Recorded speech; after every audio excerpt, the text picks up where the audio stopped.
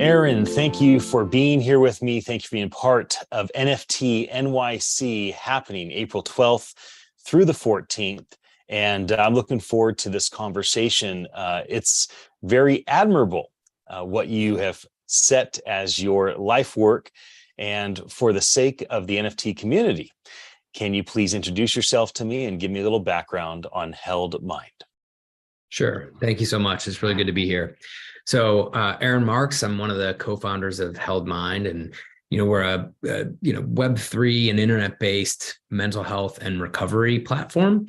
And so, I'm personally in recovery, have been for almost 19 years, and part of living a life and being in recovery was learning how to give back and use my experience to try to help other people.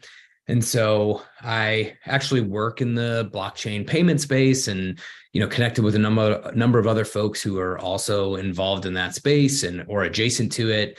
And, we came up with the idea of trying to figure out how to meet people where they are at. People who are involved in the Web3 and NFT space and crypto in general have a unique set of stressors and circumstances and things that they have to deal with. And so, our thought was let's just try to be of service and find ways to provide support to those people. What's it been like for you with mental health becoming an acceptable thing for everybody in every role of society able to talk about, right? We've seen the top tier athletes, the top tier politicians, the top tier, all the famous people now have the ability, if they so choose, to kind of open up a bit about the strain that we feel as humans. I often make the joke that, hey, when you have the body of an animal and the mind of a god, it's a bit difficult to manage. But there is so much more openness today than ever before. So for you, being 19 years in recovery, having so many of your peers fighting for those that have not yet been able to achieve recovery and walk down that path, what's it like for you guys and gals to see it become such a mainstream and acceptable thing to discuss, talk about, innovate around, etc.? Yeah, I mean, honestly, it's refreshing, and it's the way it should be, right? I always think back to, there was this pivotal moment in my life that really set the scene for how I view stigma, how I view being open about your story. I was young. I was probably a year and a half into recovery. I was interviewing for a job at the Cheesecake Factory, and it was a normal interview and going through, what's your experience? What's this? What's that? And we got to the point where it was one of those canned questions that always get asked, but just to try to kind of see what your personality is. And it was, what is the hardest thing you've ever had to overcome? And it was one of those like quick split-second decisions. Do I give them some kind of BS answer that just is a crowd pleaser and kind of move on? Or am I honest and just, really transparent? And in that quick moment, I decided to be honest. I was like, look, I'm, in recovery from substance use disorder and alcoholism for, less than 2 years. I had to get all new friends. I had to, build up a complete support system. I had to change basically everything about my life. And it was the most difficult thing I've ever had to do. And I remember he had, his little clipboard, and he, he puts it down, kind of folds his arms, and he says, my father-in-law has been in recovery for 20 years. And, I never saw him drink, but when I hear the stories that my wife tells, and I think about how he interacts with our children, and I just see how much it's meant for his life, it's really an incredible thing. And, I'm proud of you. That's really great that you did that. And it was in that moment that I honestly made the decision right then and there that I would never hide my past. I would never compromise on who I am, what brought me to where I'm at today. And so to see that become the norm, or at least move towards that becoming the norm, is us moving towards the way it should be, right? Imagine hiding any other medical diagnosis or something like that because you feel ashamed. It's right. You can't live like that. Well, I often look at the LGBTQ community as the ultimate example of the max pendulum swing around a group of people that were completely hidden. The consequences for being open were just far too great for them to consider that. And now the pendulum swung all the way to where it's celebrated to be out in the open about it. Do you anticipate that mental health will have a similar experience where at one point it was completely unacceptable? The consequences: lose your job, lose your role, lose respect, deal with humility, deal with embarrassment, deal with being one of those crazy ones, etc. And now it's acceptable. But do you see this becoming celebrated more so than it is today? And do you think that's a good thing, and why? Yeah, I think it's tricky, right? Because if we're being honest and transparent, mental health, substance use disorder, alcoholism, the consequences of those things on people around you and society as a whole are very real, right? It's impossible to exist in that state without impacting other people around you. And so there's deep-seated resentments and different things that have to be overcome.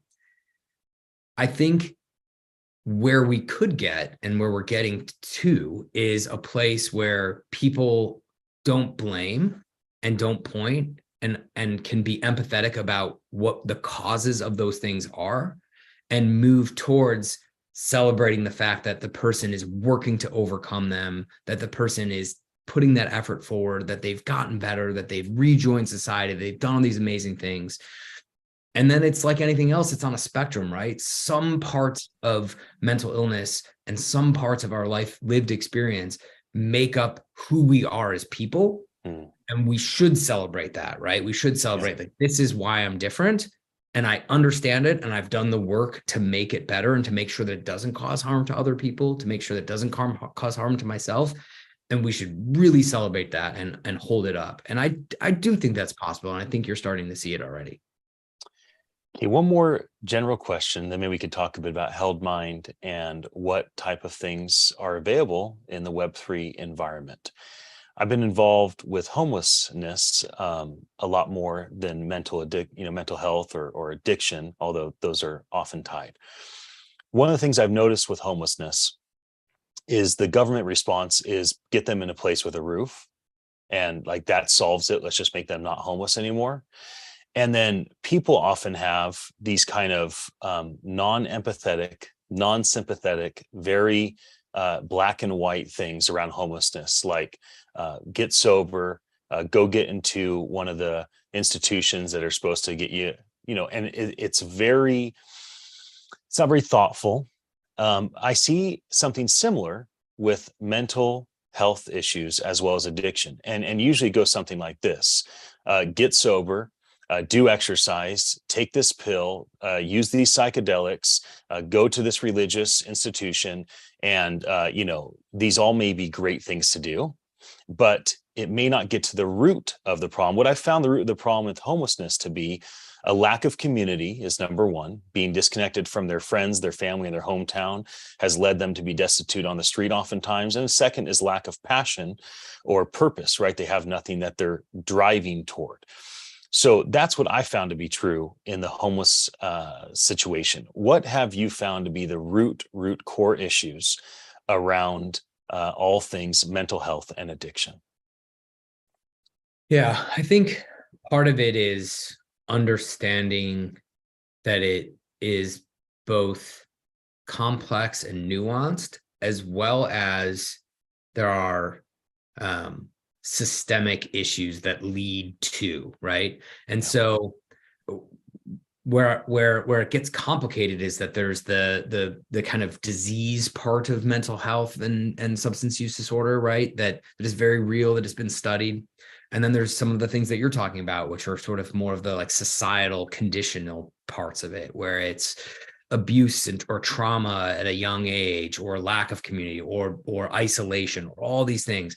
And when you connect both of those things together, it can be very difficult to kind of hone in and identify what the specific, root cause is.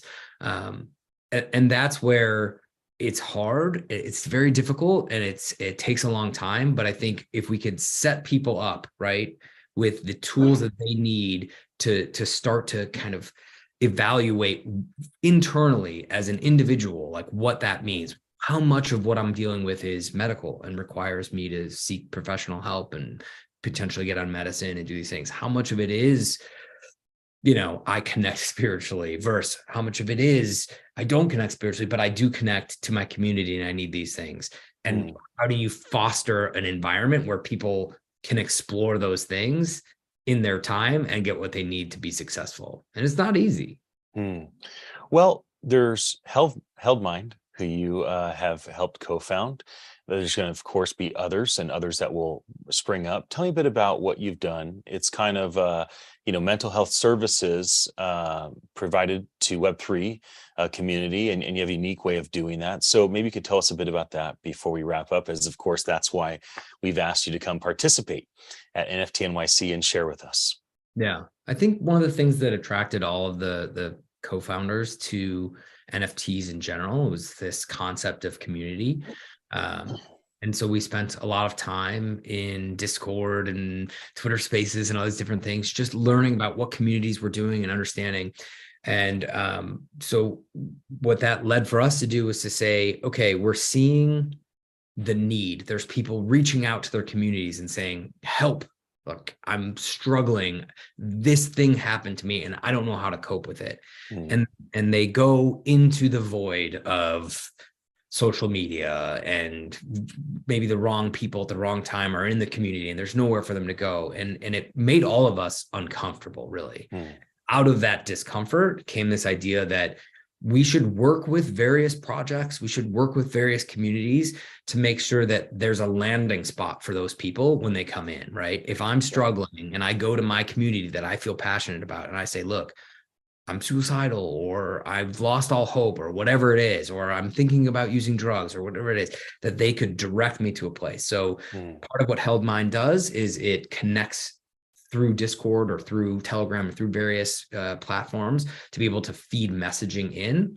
But then we also have a pipeline to come to a space where we maintain, where you could open up a one-to-one ticket and speak directly with somebody with either shared lived experience or an actual trained, certified mental health professional. Another part of what we're doing is we're actually saying, okay, a lot of these people are doing these things in this community, but then they're going out to their in real life support system, and there's a disconnect. There's this, like, I go and talk to a therapist or I go to a community group and they don't understand the challenges that I'm facing in this world.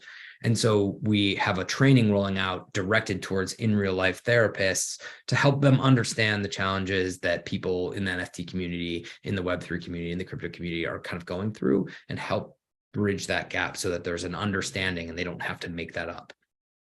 And if people want to follow up and research Held Mind before the event, how might they do that? So you can go to heldmind.com. We have a Twitter, we have an Instagram, all the fun stuff. You can come to our Discord.